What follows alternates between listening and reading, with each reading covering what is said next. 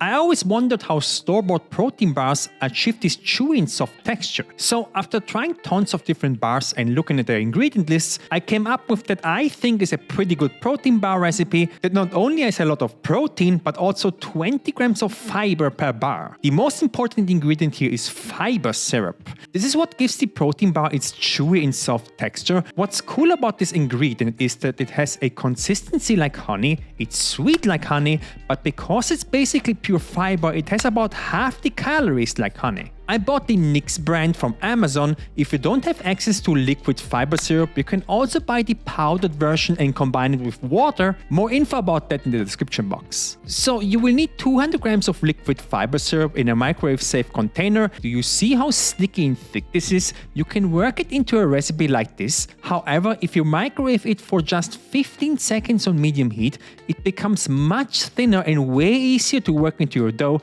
More on that in just a second. The next ingredient is peanut butter. Now there is another option called PB2 which you can use as well. This is essentially peanuts in powder form with most of the fat removed, which reduces the calories and increases the protein. To turn the powder into peanut butter, it's super easy. Add 13 grams into a glass and combine it with a small splash of water and mix, and keep adding small amounts of water until you reach your desired consistency. You can make it thicker or thinner just how you like it. Now I still recommend using regular peanut butter for this recipe because the fat helps make the bar soft, but that's up to you, you can use both. Next up is protein powder. You can use whey, casein or a blend, however that will have an effect on the dough texture. I will show you how in just a second and what to do about it. I'm using chocolate casein protein powder and you will need 100 grams added into a bowl. So prepare a big bowl, and as you can see, the consistency of the fiber syrup is a lot thinner now because of the microwave.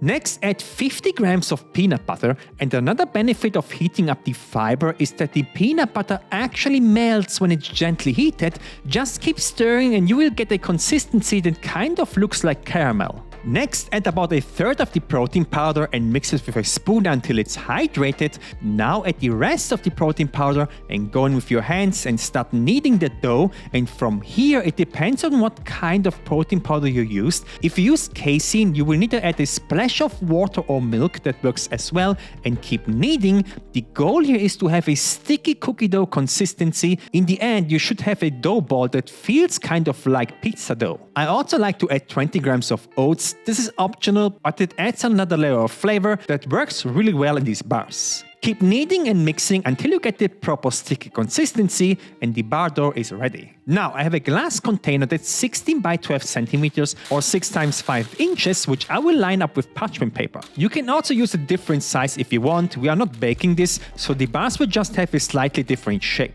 Add the dough and spread it out flat with your hands.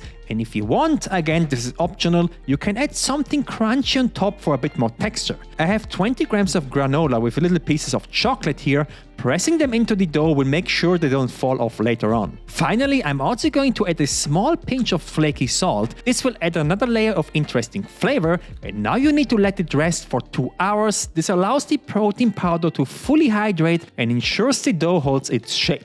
After that, remove it from the container, and at this stage the parchment paper should come off quite easily. This recipe makes 4 to 5 bars, but you can easily double or triple it for meal prep. You can already eat them like this. As you can see, they are super soft but still hold their texture. However, in my opinion, they taste best if you wrap them in plastic wrap or parchment paper and store them in the fridge where they will firm up a bit more. Or, and this is the best way in my opinion, store them in the freezer and you can eat them straight from frozen. They will have such a nice texture. This is how they look directly coming from the freezer. Not too bad, honestly. Every protein bar with the granola on top has 223 calories, 19 grams of protein and 20 grams of fiber. I made a cookbook that's helped over 10,000 people lose weight. It has over 250 recipes and I'm constantly updating it with new ones, which you get for free once you've purchased it. Also, I started live streaming daily on Twitch and on Kick, so come hang out, the links are in the description.